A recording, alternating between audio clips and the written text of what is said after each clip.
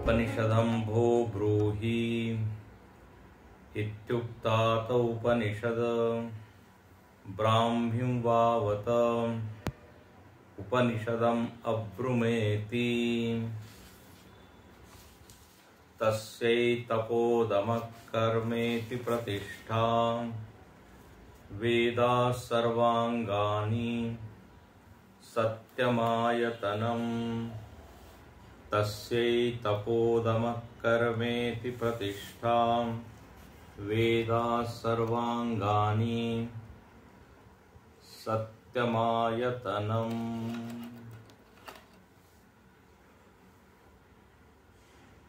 शिष्य ने प्रश्न किया कि हमको उपनिषद सुनाइए। तो आचार्य ने कहा कि हमने ब्रह्म विद्या संबंधी जो उपनिषद है वह आपको सुना दी, लेकिन इसके पश्चात आचार्य एक और मंत्र बोलते हैं। तो आचार्य यह जो शिष्य है इसके मन के अभिप्राय को वो समझ गए हैं। यह शिष्य उपनिषद जो पहले सुन चुका है उसको नहीं सुनना चाहता, बल्कि उपनिषद विद्या या जो ब्रह्म विद्या है उसकी प्राप्ति का उपाय वो सुनना चाहता है। क्योंकि जब आप उत्तर पढ़ेंगे तो आपको प्रश्न का अभिप्राय समझ में आएगा। श्रुति माता इस 8वें मंत्र में ब्रह्म प्राप्ति के उपाय बता रही है। मतलब यदि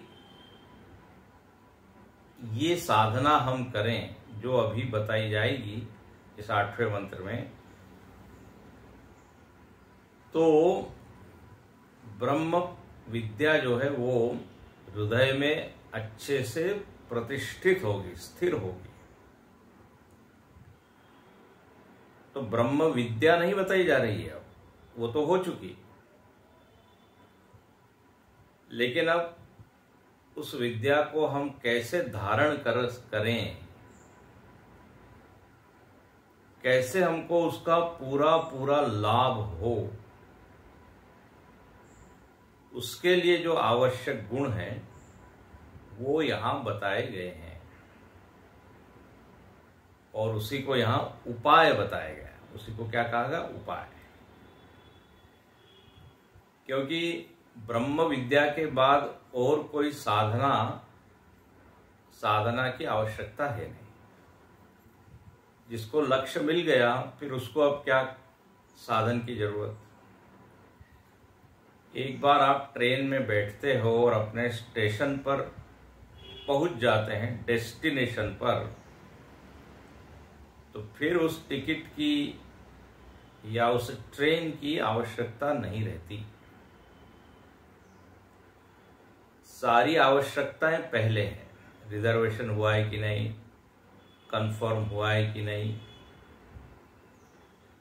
टिकट साथ में लिया है कि नहीं, आधार कार्ड साथ में लिया है कि नहीं। जब तक यात्रा है तब तक ये सब है।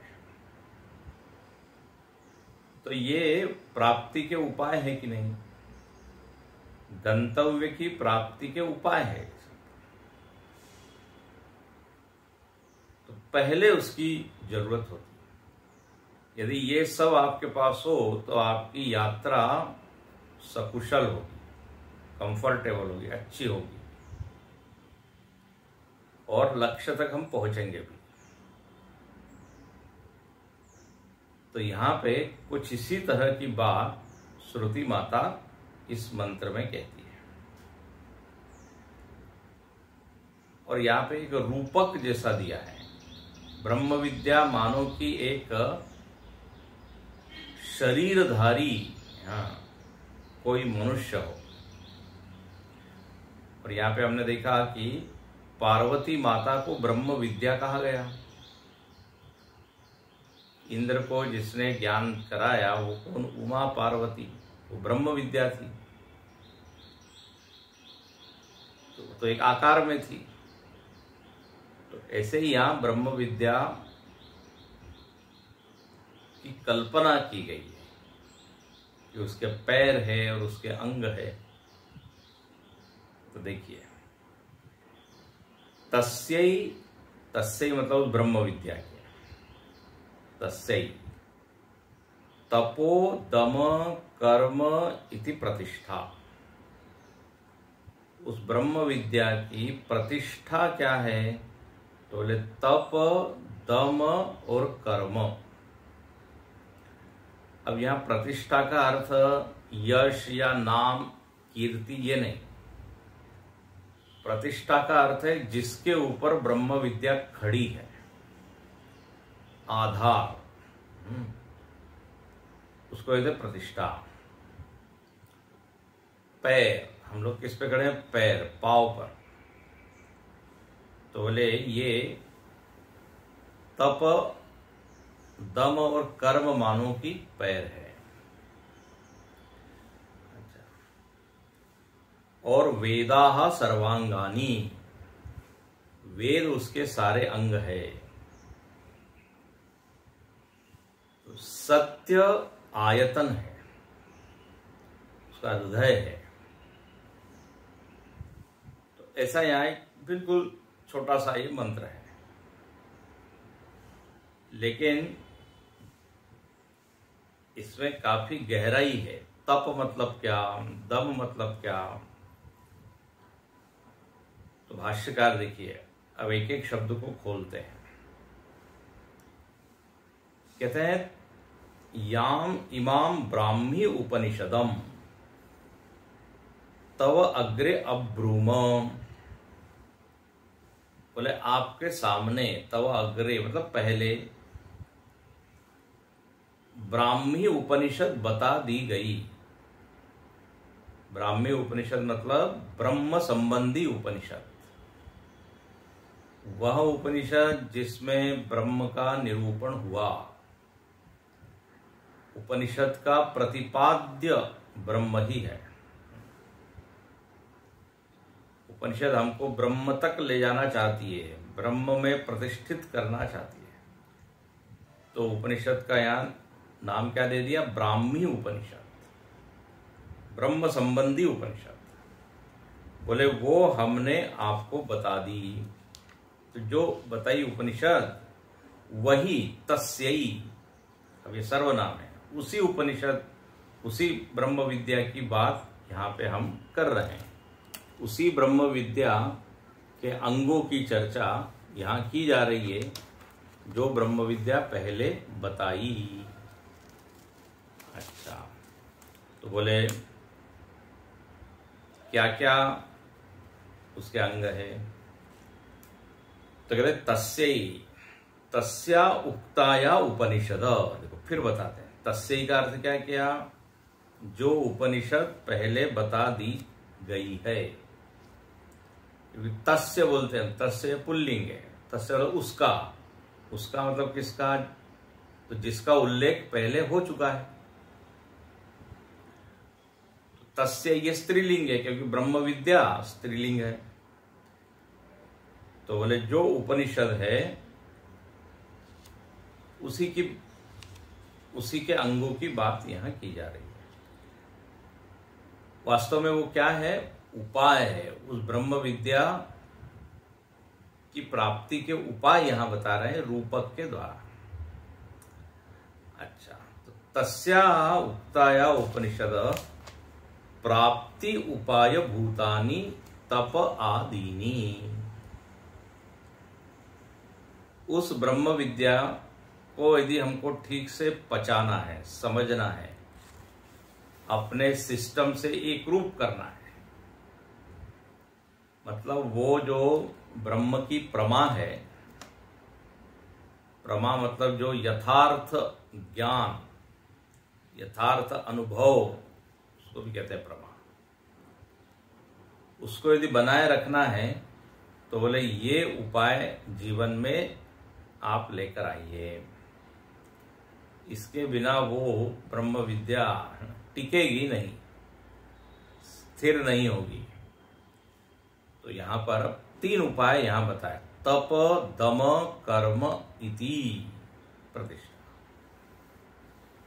प्रतिष्ठा मतलब पैर, और पैर मतलब जिसके ऊपर व्यक्ति खड़ा है। अब यहां पे एक एक शब्द की व्याख्या करते हैं। तो बोले तप, तप का अर्थ क्या किया? काया इंद्रिय मनसाम समाधानम। तप का अर्थ समाधानम, समाधान है। अब समाधान मतलब सॉल्यूशन नहीं, किसी समस्या का समाधान, वो अर्थ यहां बिल्कुल नहीं है। ये शब्दों में यही समस्या होती है, शब्दस्तु अनेकार्थी। शब्द के अर्थ अलग होते हैं, प्रसंग बदलता है, संदर्भ बदलता है, अर्थ बदल जाते हैं। प्राय हम लोग तप शब्द का अर्थ क्या लेते हैं? तप शब्द सुनते ही भीतर एक चित्र उभरता है कि कोई बाबा जी जो है हिमालय की चोटी पर बैठे हैं, ठंड में, बर्फ ही बर्फ है, शरीर पर कोई वस्त्र नहीं है। तो ऐसी भीषण ठंड में क्या कर रहे हैं? बोले तप कर रहे हैं। तो तप का प्राय हम यही अर्थ लेते हैं कि बहुत शारीरिक कष्ट सहन करना, शरीर को तकलीफ देना, बहुत ज्यादा असुविधा में रहना, ये तप का अर्थ हम प्राय लेते हैं। अच्छा, शास्त्रों में भी इसी तरह के अर्थ आते हैं। तप शब्द का अर्थ भाष्यकार अनेक जगह कृच्छ चांद्रायण व्रत ऐसा करते हैं। ये अर्थ काफी जगह करते हैं। तप मतलब जो चांद्रायण व्रत कर रहा है। चांद्रायण व्रत मतलब पूर्णिमा के दिन हम जितना खाते हैं उसके 16 भाग करना, और पूर्णिमा के दिन वो 16 भाग लेना। लेकिन एक एक तिथि कम होती जाती है, तो एक एक जो अंश है उसका कम करना। मानो कि आप 16 रोटी खा रहे हो, उदाहरण के लिए 16 रोटी, तो पूर्णिमा के दिन 16, फिर उस अगले दिन उससे कम कम कम कम कम करते जाना। अमावस्या के दिन बिल्कुल उपवास। सपोज आप 2 रोटी खा रहे हैं तो 2 रोटी के 16 भाग कीजिए, और एक एक भाग कम कम करते जाना। फिर अमावस्या के बाद एक एक फिर बढ़ाना। 1 महीने का ये व्रत होता है, चांद्रायण व्रत। फिर कोई कोई लोग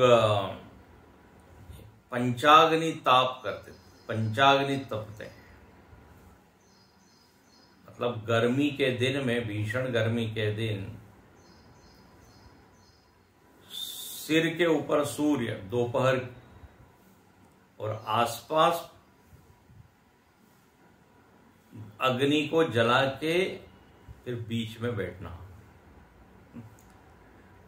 इसे सुन के ही जो है व्यक्ति परेशान हो जाए, लेकिन ऐसे लोग करते हैं। बिहार स्कूल ऑफ योगा के बड़े ऊंचे स्वामी जी हुए, सिद्ध स्वामी जी, स्वामी सत्यानंद जी, शिवानंद जी के शिष्य हुए। कहते हैं वो जब रिकिया में गए, रिकिया में उनका आश्रम है, हमारे गुरुजी सुना रहे थे, तो वहां इतनी गर्मी परेशान हो गए। तो उन्होंने ये पंचाग्नि ताप की जो साधना है वो की। अग्नि के बीच में बैठे दोपहर में। अब हुआ है कि उन्होंने उस तप के द्वारा इतनी गर्मी सहन कर ली, बोले उसके बाद उनको गर्मी कभी लगी नहीं, क्योंकि शरीर जो है उसको इतनी ज्यादा गर्मी सहन करने की उसकी आदत हो गई, उसका स्वभाव हो गया, उसकी शक्ति बढ़ गई। तो ये भी एक उपाय है, बताइए। तो ऐसे बहुत तरह तरह के तप बताए गए। कोई जो है, स्वामी जी बता रहे थे, 100 घड़े पानी की धार अपने सिर पे लेते। उनके शिष्य लोग जो है एक एक घड़ा डाल रहे हैं, ठंड, वो बिल्कुल बेहोश जैसे होने लगते हैं, फिर उनको भस्म मला जाता है, तो फिर गर्मी आती है। तो खैर ऐसे बहुत सारे तप हैं, शारीरिक तप उसको कहते हैं। लेकिन ध्यान से सुनिए, यहां पर इस तरह के तप की आवश्यकता नहीं है। यहां तप ब्रह्म विद्या के संदर्भ में बताई गई है। तो ब्रह्म विद्या की चर्चा चल रही है, तो यहां पर जो तप है वो तप भी उसके अनुकूल होना चाहिए। कई बार ये इस तरह का तप तो ब्रह्म विद्या के प्रतिकूल हो जाता है, बाधक हो जाता है। ब्रह्म विद्या के लिए आपको श्रवण करना है, मनन करना है, चिंतन करना है, और इस तरह के शरीर को कष्ट दिया तो शरीर की तबीयत ही, प्रकृति बिगड़ जाएगी, फिर क्या श्रवण होगा। इसलिए यहां पर तप का अर्थ क्या है, भाष्यकार ने बिल्कुल वह अर्थ नहीं किया है। चांद्रायण आदि व्रत अन्य जगह करते हैं, तो यहां पर कहते हैं काय इंद्रिय मनसाम समाधान, शरीर मन और इंद्रिय का समाधान होना। अब यहां समाधान का अर्थ क्या है, आधान मतलब होता है डालना, रखना। ये समाधि शब्द बनता है, समाधि वो भी इससे ही बनता है कि जब आप मन को पूरी तरह आत्म तत्व में डाल देते हैं, समाहित कर देते हैं, तो बस उसी स्थिति को होते समाधि। तो समाधानम मतलब शरीर, इंद्रिय और मन को इस तरह से साधना, इस तरह से संभालना कि हम अपने लक्ष्य में स्थिर हो पाएं, लक्ष्यानुकूल शरीर को आदत देना, शरीर को, शरीर का आहार विहार, शरीर की रहनी, उठना बैठना चलना इस तरह हो कि हम श्रवण मनन कर पाएं। ये अर्थ है समाधान, ये अर्थ है तप का, शरीर का तप।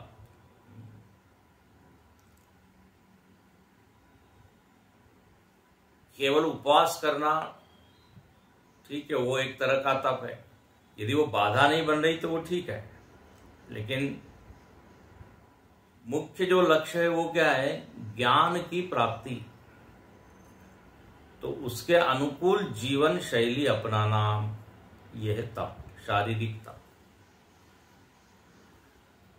अब गलत आदतें हैं और वो आदतें बाधा बन रही है, उसके कारण हम स्थिर नहीं बैठ पा रहे हैं, और स्थिर नहीं बैठ पाएंगे तो श्रवण भी ठीक से नहीं होगा, श्रवण ठीक नहीं होगा तो फिर ग्रहण ठीक नहीं होगा। तो जो ज्ञान उत्पन्न होना चाहिए वो होगा नहीं। तो बोले जीवन शैली में कुछ कमी है तो उसको हम सुधारें, आदतों को बदलें। और देखिए, आदत बदलने में काफी कठिनाई होती है। हैबिट्स डाई हार्ड कहते ना, तो यही तो तप है। तप शब्द में कष्ट का एक एलिमेंट है, कष्ट का एक तत्व है। यदि कष्ट न हो तो तप नहीं है, वो तो भोग हो जाएगा। तो तप कहते ही थोड़ी सी तकलीफ, असुविधा, तो असुविधा को सहन करके बिना रोए, बिना चिंता कि हम जब अपने आप को साधते हैं तो बोले यह है तप। इसलिए एक संत ने साधु की परिभाषा ही दी, बोले जो काया को साधता है वो है साधु। हाँ, शरीर को साध लेता है, लक्ष्यानुकूल, लक्ष्य के अनुसार। समाधान का यह अर्थ है युक्ताहार विहारस्य युक्त चेष्टस्य कर्मसु युक्त स्वप्नावबोधस्य योगो भवति दुःखः। आहार ठीक ठाक हो तो फिर जो हमारी साधना है उसमें कोई बाधा नहीं होगी। विहार भी हो, विहार का अर्थ शंकराचार्य जी करते हैं चलना। अब देखिए, हम इतनी देर बैठते हैं, श्रवण कर रहे हैं, ध्यान कर रहे हैं, तो पैर के ऊपर काफी दबाव आता है, रक्त संचार रुक जाता है। अब हम कल फिर बैठ पाए, इसलिए बोले उस पैरों को आप एक्सरसाइज दीजिए, तो विहार कीजिए, रक्त संचार ठीक होगा तो फिर आप बैठ सकते हैं। थोड़ा बहुत क्या है, व्यायाम भी आवश्यक है, लचीला बनाना। शरीर स्टिफ होगा तो वो भी काफी तकलीफ देता है। तो स्वामी चिदानंद जी हुए स्वामी शिवानंद जी के शिष्य, उनका शरीर एकदम दुबला पतला। वो कहते थे फ्लेक्सिबिलिटी इज यंगनेस और stiffness is sickness. Flexibility is youngness, यदि शरीर आपका फ्लेक्सिबल हो तो आप यंग बनोगे, युवा रहोगे। और यदि सब चीज कड़क हो गई है, कठोर, कमर झुक नहीं रही है, पैर घुटने घूम नहीं रहे हैं, हाथ उठ नहीं रहे हैं, तो बोले ये तो फिर सिकनेस है। जब स्टिफ हो जाता है शरीर तो फिर कहीं वो गिर गया तो तुरंत फ्रैक्चर होता है, क्या क्या उसमें गड़बड़ा। बच्चा जो है कितनी बार गिरता है लेकिन उसको कुछ नहीं होता, उसका शरीर ही लचीला होता है। तो सीधी सी बात है, तप का मतलब आदत, रहनी, जीवन शैली ऐसी हो जो सहायक हो। इसके सहायक श्रवण मनन, विचार करने में जो सहायक हो। यदि शरीर गड़बड़ हो तो विचार फिर शरीर का ही होता है। स्वस्थ शरीर का एक लक्षण ये बताया गया कि शरीर को हम भूल सके, वो शरीर स्वस्थ शरीर। हाँ, शरीर में जब बीमारी आती है तो बार बार ध्यान वो खींचता है। बैठे हैं हम ध्यान के लिए और ध्यान हो रहा है घुटने का, दर्द यदि घुटने में है तो आत्मा का ध्यान नहीं होगा। पीठ में दर्द है तो बार बार ध्यान पीठ। तो यहां पर कहते हैं ये उपाय है ब्रह्म विद्या का, तप। संदर्भ देखिए, उसके अनुसार अर्थ करना पड़ेगा।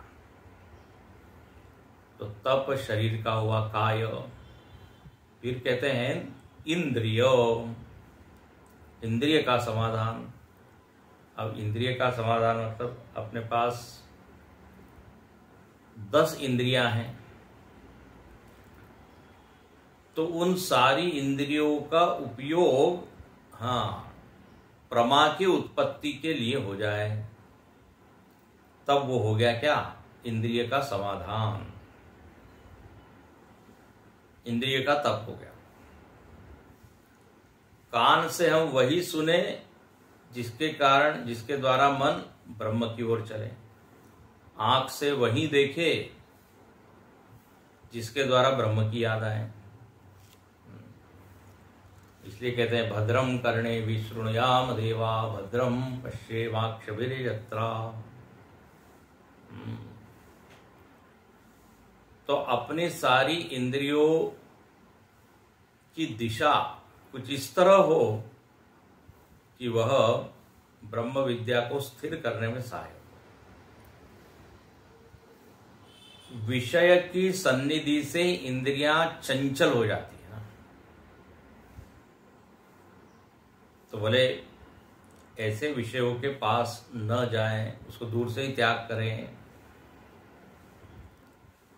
तो ये भी बड़ा एक कष्ट होता है इसमें। सीरियल देखने की आदत है टीवी की, अब बोले उसको मत देखिए तो थोड़ा कष्ट होगा ना, तो ये भी एक तप है, इंद्रिय का समाधान। एक एक इंद्रियों के समाधान को जो है हमको साधना पड़ेगा। क्या सूंघ रहे हैं, क्या खा रहे हैं, क्या देख रहे हैं, क्या सुन रहे हैं, सब चीजों को संभालना ही तप है। फिर तीसरा लिखते हैं मन, काय इंद्रिय मन। और मन की तो बात क्या कहें, मन में एक ऊर्जा होती है, मन की एक शक्ति होती है, मानस ऊर्जा, उसको भी चैनलाइज करना, उसको भी लक्ष्य की ओर ले जाना, ये क्या हो गया? मन का तप। मन जो है दोनों दिशाओं में जाता है, संसार की ओर भी चलता है, इसलिए कहते हैं विषय एक नदी की तरह है, उभयता दोनों तरह चलती है। संसार की ओर जाए तो नाश है ना, बुद्धिनाशात प्रणश्यति, ध्यायतो विषयान पुंस संगस्तेषु उपजायते। ये जो मनीरा में किधर जा रहे हैं? विषय विषय विषय। तो संग होगा तो इच्छाएं आएगी, पतन की सीढ़ी। बोले अब तप करो, मतलब क्या? उस मन को उल्टा घुमाओ, उसकी दिशा दूसरी जगह ले जाओ, यू टर्न। हमारी जो वासनाओं की दिशा है, इच्छाओं की एक दिशा है, उसके विरुद्ध चलना। देखो नदी में प्रवाह के साथ बहना तो बड़ा आसान है। आप गंगोत्री में डुबकी लगाइए, अपने आप बिना प्रयत्न के गंगा सागर पहुंच जाएंगे। उसमें कोई मेहनत करने की जरूरत नहीं। सारी मेहनत कौन करेगी? गंगा जी। अपने आप मुफ्त में हम पहुंच जाएंगे। लेकिन यदि उल्टा तैरना हो तो मन तो बार बार भागता है जगत की ओर, आदत लगी हुई है। तो अब इस आदत को तोड़ना, उसको सुधारना, ये है क्या है? मन का तप। मन ऐसा है, आप भगवान का भी उससे ध्यान कर सकते हैं, ऑप्शन है अपने पास। मन से आप परमात्मा का चिंतन कर सकते हैं या शेयर मार्केट का चिंतन कर सकते हैं। दोनों चीज हम कर सकते हैं। और एक मन में ऐसी सामर्थ्य है कि जिसका वो ध्यान करता है, जिसमें वो लगाता है, उस विषय का आवरण भंग हो जाता है। वो विषय हमको सामने प्रकट हो जाता है। जिन जिन लोगों ने बड़ी बड़ी उपलब्धियां हासिल की है, उसके मूल में ये ध्यान ही है। वैज्ञानिक लोगों ने अपने उस प्रयोग के ऊपर पूरा ध्यान लगाया, तो जो वो चाहते थे वो उनको मिल गया। संगीतकार ने पूरा ध्यान स्वर पर लगाया, एकाग्र होकर एक एक स्वर को वो साध रहा है, तो देखिए संगीत में वो प्रवीण हो गया, कुशल हो गया। खिलाड़ी जो है उसने खेल के ऊपर पूरा ध्यान दिया, यही है समाधान, सम्यक आधान, डाल देना।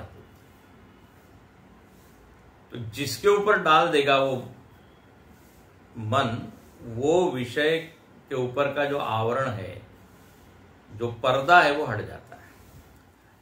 इसलिए विभीषण गीता में एक शब्द आता है, बुद्धि शक्ति प्रचंडा।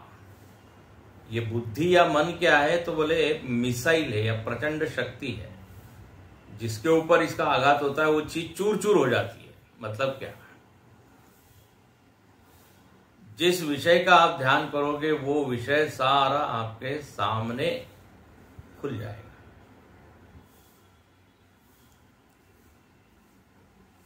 इसलिए बार बार कहा जाता है आप ध्यान लगाइए। ध्यान लगाइए मतलब क्या, मन लगाइए।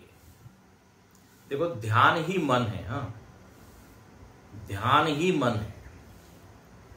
हम कहते हैं हमारा ध्यान नहीं लग रहा है, मतलब क्या है, मन नहीं लग रहा है। मेरा आज ध्यान लग गया मतलब मन लग गया। तो ध्यान का रहना मतलब मन का रहना। ध्यान और मन क्या है, ये पर्यायवाची। जहां मन है वहां ध्यान है। देखिए हम कहते ध्यान से सुनो, मतलब क्या, जो सुनाया जा रहा है उसके पीछे मन रहे, उसके साथ में मन रहे। नहीं तो शब्द कान तक आ रहे हैं लेकिन मन कहीं और है, मतलब हमने ध्यान से सुना नहीं। मन नहीं मतलब ध्यान नहीं।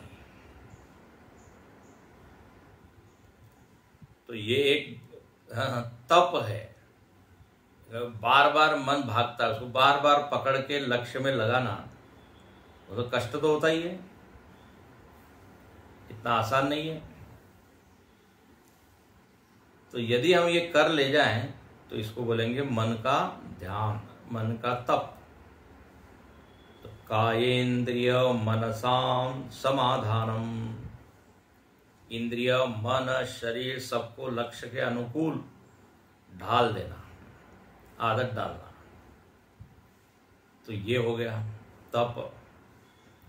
और यदि ये तप है तो ये आपने समझ लीजिए ब्रह्म विद्या के लिए आधार खड़ा कर दिया, ये प्रतिष्ठा है। अच्छा आगे क्या लिखते, दमः। दमः मतलब उपशमः। उपशमः मतलब शांत करना, इंद्रियों को शांत कर देना। प्राय दम शब्द का अर्थ आपने तत्वबोध आदि ग्रंथ में पढ़ा होगा, चक्षुरादि बाह्य इंद्रिय निग्रह, इंद्रियों को रोक लेना। लेकिन यहां दूसरा थोड़ा सॉफ्ट किया है उसको, शम, उपशम, शांत करना। होता यह है कि जैसे ही इंद्रिय विषय के संपर्क में आते हैं, इंद्रियां एकदम उद्वेलित हो जाती है, चंचल हो जाती है। सारी इंद्रियां जोर जोर से बोलती है, हमारी मांगे पूरी करो, हमारी मांगे पूरी करो। ये इंद्रिया, आंख कहती है हमको ये देखना है, कान कहती है ये हमको। जैसे ही वो विषय, जैसे एक छोटा बच्चा होता है, दुकान के सामने आया नहीं कि उछलने लगता है, ये चाहिए ये चाहिए। ये विषय की सन्निधि से ये इंद्रिया श्रम, इंद्रियों में श्रम नहीं रहता, अशांत हो जाती है। बोले बस बस उसी समय इंद्रियों को रोक लेने का जो नाम है वही दम है।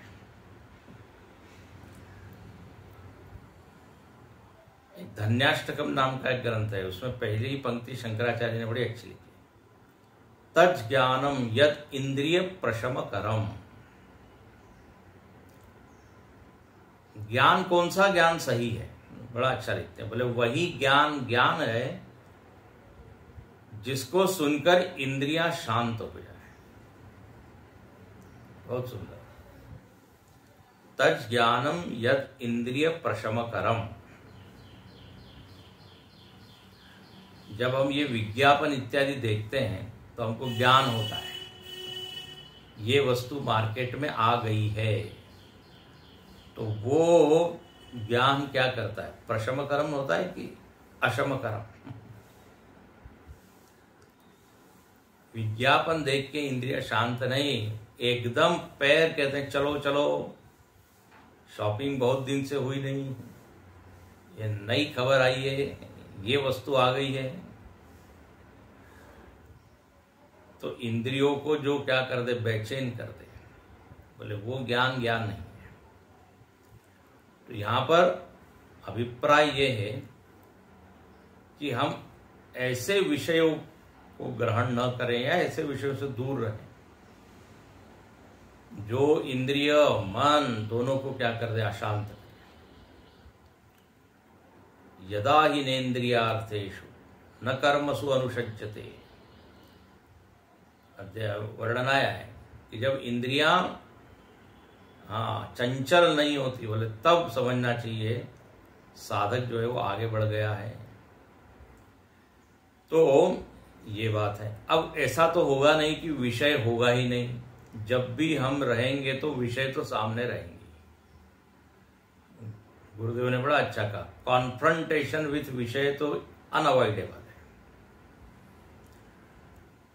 बोले आप यदि हिमालय में चले जाओ तो वहां भले ही लोग आपके सामने नहीं है, लेकिन प्रकृति तो है आपके सामने, उसके साथ सामना होगा, तो वो भी आपको चंचल कर सकती है। तो ये तो कोई ऑप्शन ही नहीं है कि विषय न रहे। बोले जब विषय नहीं रहेगा तब हम श्रम कर लेंगे, उसमें क्या बड़ी कोई उपलब्धि। नींद में जो है हम इंद्रियों को संयमित करेंगे, अब नींद में इंद्रियां ही नहीं है तो क्या संयमित करें। तो विषय तो सामने हो, लेकिन इंद्रियां जो है वो बहुत ज्यादा उसके पीछे न भागे। तो इसका एक अर्थ ये होता है कि अनुकूल विषय हम ग्रहण करें, ऐसा सुने जिससे मन ब्रह्म की ओर चले, वही देखे, ग्रंथ देखे, देव दर्शन करें, तो अपने आप क्या हो जाएगा, ब्रह्म विद्या स्थिर होने में सहायता मिलेगी। उपशम का ये अनुकूल विषय ग्रहण करें। विषय हो ही नहीं ऐसा तो हो नहीं सकता। और एक एक इंद्रिय को शांत करे। जैसे वागेंद्रिय बहुत ज्यादा क्या है, व्यक्ति को चंचल करती है। हम बहुत बोलते हैं, दिन भर में देखिए जितनी जरूरत नहीं उससे ज्यादा बोलते हैं। उपशम होना चाहिए, ये दम है। वाणी अच्छा बोलना है तो फिर ठीक ठाक बोलिए, थोड़ा सौम्य होके बोलिए, मीठा करके बोलिए, कम बोलिए। बोलने के बिना तो व्यवहार हो नहीं सकता। बोले इंद्रिय निग्रह कर लो, बोलो ही ना, मौन रह जाओ, उससे तो बात बनेगी नहीं। हमारे गुरुजी बड़ा अच्छा बोलते हैं, बोले मौन रहना आसान है, लेकिन कब कितना बोलना ये तप है। लोगों को कॉमन सेंस नहीं, कितना बोलना, कब बोलना, कैसे बोलना। बोले हम बोलेंगे ही नहीं, अरे ये तो बड़ा आसान है। और यदि बोलना ही नहीं है तो फिर भगवान ने वाणी क्यों दी। तुलसी संसार में सुख उपजे चहुओर, वशीकरण यह मंत्र है, तजदे वचन कठोर। वाणी का मौन रहना उतना आवश्यक नहीं है जितना कि वाणी का मीठा होना। सत्यम प्रियम हितम ब्रूयात, ये सब सुना है आपने पहले। नहीं तो ये वाणी जो है ना बात बिगाड़ देती है, और एक बार बात बिगड़ जाती है, कुछ अपने मुख से शब्द निकल गए, फिर वो रहीमदास जी ने लिखा है ना, बिगड़ी बात बने नहीं, लाख करे कि न को। और रहीमन फाटे दूध को, मथे न माखन होए। शब्द के कारण ऐसे संबंध बिगड़ जाते हैं। कहते हैं रही मन धागा प्रेम का, मत तोड़ो छिटका है। धागा प्रेम का शब्द के कारण टूट जाता है। फिर हम प्रयत्न करते हैं, अपने शब्दों को मैं वापस लेता हूं, क्षमा करो, सॉरी सॉरी बोलते हैं, लेकिन कहते हैं टूटे थे फिर ना मिले, और मिले गांठ पड़ जाए। धागा एक बार टूट जाए तो फिर जोड़ तो देते हैं, लेकिन उसमें गांठ पड़ जाती। देखिए हमारे सारे संतों ने ऐसे ऐसे बढ़िया दोहे लिख दिए हैं, इतनी सरल भाषा में और ऐसे अच्छे उदाहरण देके। इसलिए जो पुराने लोग हैं उनको सारे दोहे कितने याद है, और इन दोहों के द्वारा ही वो जीवन को उन्होंने समझाया है, समझा है। तो वाणी का संयम, तो एक एक इंद्रिय का संयम बड़ा काम देने वाला है। तो दम उपशमा, तो तप दम, और तीसरा है कर्म, ये प्रतिष्ठा है, ये पैर है तीनों। बोले कर्म का अर्थ क्या है? कर्म होता है अग्निहोत्रादि, अग्निहोत्र। अब यहाँ अग्निहोत्र ये बिल्कुल टेक्निकल शब्द है, तकनीकी शब्द है। प्राचीन काल में ये अग्निहोत्र बड़ा कॉमन था, हर घर में होता था, नित्य होता था। तो यहाँ अग्निहोत्र से अर्थ लेना है शास्त्रीय विहित कर्म। कर्म दो प्रकार के हैं ना, विहित और निषिद्ध।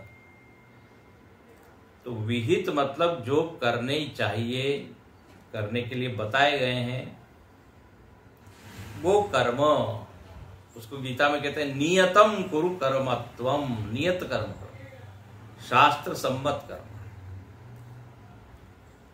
तो बोले ये यदि तीनों चीज जीवन में आ जाए, कौन सी तीन? तप, दम, कर्म, तो क्या होगा? भाष्यकार क्या लिखते हैं? एतैहि संस्कृतस्य सत्व शुद्धि द्वारा तत्व ज्ञान उत्पत्ति दृष्टा। बहुत ही बढ़िया। बोले ये जीवन में आ जाए तीनों, तो आपने समझ लीजिए अपने मन को स्वच्छ करने के लिए साबुन आप लेके आ गए, सोप। इससे क्या है? मन आपका शुद्ध हो जाएगा, संस्कृत। और जब शुद्ध हो जाएगा, सत्व शुद्धि, सत्व शुद्धि मतलब चित्त शुद्धि। इन तीनों साधनों के द्वारा चित्त शुद्धि होगी, चित्त का स्तर ऊंचा हो जाएगा, चित्त का वातावरण ब्रह्म विद्या के अनुकूल हो जाएगा। और तब क्या होगा? तत्व ज्ञान उत्पत्ति दृष्टा, तभी तत्व ज्ञान की उत्पत्ति देखी गई। मतलब तभी तत्व ज्ञान या प्रमा उत्पन्न होगी। ऐसे कचरा मन है, अशुद्ध मन है, चंचल मन है, विकारग्रस्त मन है, बोले ऐसे में तो बात बनती नहीं। इसलिए लिखते हैं तत्व ज्ञान उत्पत्ति दृष्टा ही अमृदित कल्मषस्य उक्तेपि ब्रह्मणि अप्रतिपत्ति विपरीत प्रतिपत्तिश्च। यदि मन शुद्ध नहीं है, संस्कारित नहीं है, तो कहते हैं ब्रह्म के बारे में ज्ञान सुनने पर भी, ध्यान से सुनिए, श्रवण करने पर भी विपरीत प्रतिपत्ति हो जाएगी, उल्टा ही उसको ज्ञान होगा, या प्रतिपत्ति होगी नहीं, अप्रतिपत्ति या विप्रतिपत्ति। मतलब देखिए शुद्ध मन का कितना ज्यादा महत्व है। अशुद्ध मन से सुने तो चाहे ब्रह्मा जी ही क्यों न गुरु हो जाए, बृहस्पति ही क्यों न गुरु बन जाए, लेकिन हमको प्रतिपत्ति नहीं हो, चित्त में वो प्रमा उत्पन्न नहीं होगी। अमृदित कल्मष, कल्मष का मर्दन नहीं हुआ है, विकार का नाश नहीं हुआ है। ऐसे क्रोध आदि, ईर्ष्या आदि सारे विकारों को लेकर हम सुनेंगे तो क्या होगा। ब्रह्मणि अप्रतिपत्ति विपरीत प्रतिपत्तिश्च, या तो ज्ञान होगा ही नहीं या उल्टा ज्ञान हो जाएगा। बोले कैसे? कहते हैं यथा इंद्र विरोचन प्रभृति नाम, उदाहरण दे दिया। बोले जैसे इंद्र और विरोचन, इसकी बात पीछे आई थी, ये दोनों राजा है, देखिए सम्राट है, एक सुरराट है और एक असुरराट है। दोनों राजा लोग गए हैं कहां? ब्रह्मा जी के पास। ब्रह्मा जी बोले ब्रह्म ज्ञान देने वाले हैं, जिसको सुन के अमर हो जाएंगे हम। दोनों चले। अब हम लोगों की जो नासिक की चैनल है, यूट्यूब चैनल, उसमें एक कथा हमने बताई है, उपनिषद की कथाएं, तो उसमें इंद्र विरोचन की कहानी विस्तार से बताई है। तो अब इंद्र और विरोचन दोनों ने ब्रह्मा जी को सुना, गुरु एक ही, लेकिन विपरीत प्रतिपत्ति हो गई। विरोचन ने तो यही समझा कि ब्रह्मा जी कह रहे हैं कि शरीर ही आत्मा है। इंद्र को भी पहले समझ में आया नहीं, वो 2-3 बार गया है तब जाके उसको ज्ञान हुआ है, वर्णन है वहां। उसने कहा ये शरीर तो आत्मा हो नहीं सकता, ब्रह्मा जी कुछ और बताना चाहते हैं, हमने गलत समझ लिया है। लेकिन विरोचन तो कहता है नहीं, अब हमको तो ज्ञान हो गया है। और इतना ही नहीं, वो जाके प्रचार करता है, ये शरीर ही सत्य है, शरीर ही आत्मा है, इसलिए इस शरीर की पुष्टि के लिए ही सारा प्रयत्न कीजिए, यही साधना है। और बोले मोक्ष कैसे मिलेगा? तो बोले जिस दिन शरीर मर जाएगा उस दिन मोक्ष।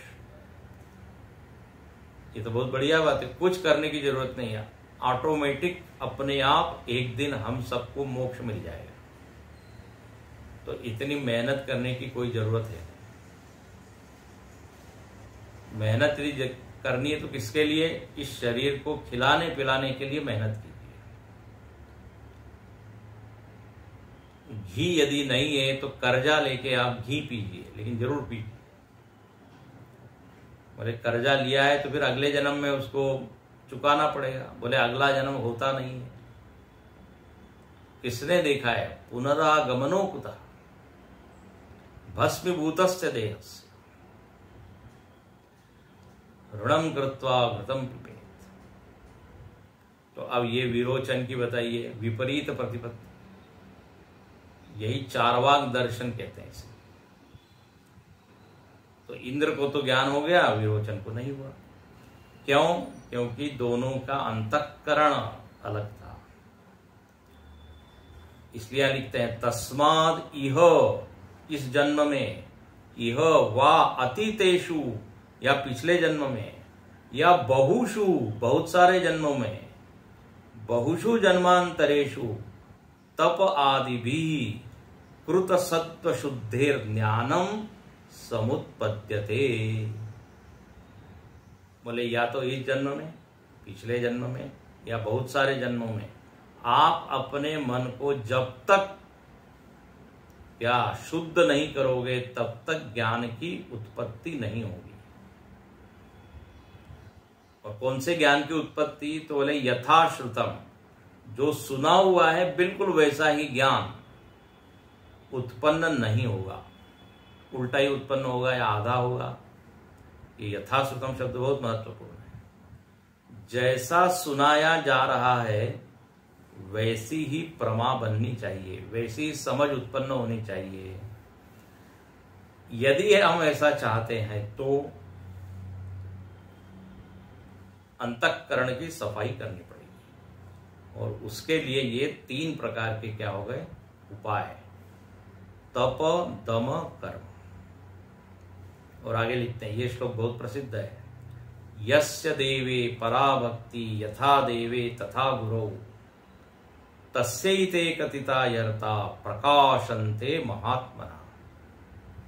बोले किसके हृदय में ये शास्त्र के अर्थ प्रकाशित हो जाते हैं, किसको शास्त्र जैसा बता रहा है वैसा समझ में आ जाता है, तो बोले जिसकी गुरु के प्रति वैसी ही भक्ति हो जैसी भगवान के प्रति होती है। यस्य देवे परा भक्ति यथा देवे तथा गुरु।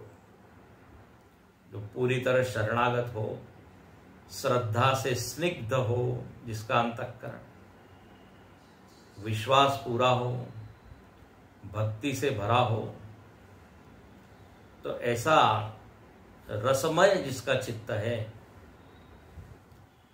जैसी भक्ति वो भगवान की करता है वैसी यदि वो गुरु की करें तो क्या अद्भुत फल बताया। तो बोले सारे शास्त्र अपने अर्थ प्रकट कर देंगे। और ऐसे व्यक्ति को कहा है महात्मा। महात्मा है। देखिए खेती में भी आप देखते हैं कि उसी जमीन में पौधा अंकुरित होता है जो थोड़ा आर्द्र हो, गीला हो। सूखे मिट्टी में कुछ उत्पन्न नहीं होता। तो भक्ति से आप्लावित, भक्ति से भीगा हुआ, श्रद्धा से स्निग्ध ऐसे अंतःकरण में ये ज्ञान उत्पन्न होता है। इसलिए जैसी हम भगवान की भक्ति करते हैं वैसी गुरु की करें। इति मंत्रवर्णात् ज्ञानम उत्पद्यते पुंसाम क्षयात् पापस्य कर्मण इति स्मृतेः। स्मृति ग्रंथ में भी कहा है कि जब पाप कर्मों का क्षय होता है तभी ज्ञान की उत्पत्ति होती है। जब तक पाप वृत्तियां हैं, मतलब अंतःकरण में विकार की भरमार है, उसकी मात्रा बहुत ज्यादा है, तब तक ज्ञान नहीं होता। तो इस तरह यहां पर देखो कितना जोर दिया है अंतःकरण की शुद्धि पर। इसलिए महात्मा लोग कहते हैं, बोले ज्ञान इतना कठिन नहीं है जितना मन को शुद्ध करना। एक बार वो हो जाए तो फिर आगे अपने आप गाड़ी बढ़ती है। ओम पूर्णमद पूर्णमिदं पूर्णात् पूर्णमुदच्यते पूर्णस्य पूर्णमादाय पूर्णमेवावशिष्यते। ओम शांति शांति शांति। हरि ओम। श्री गुरुभ्यो नमः। हरि ओम।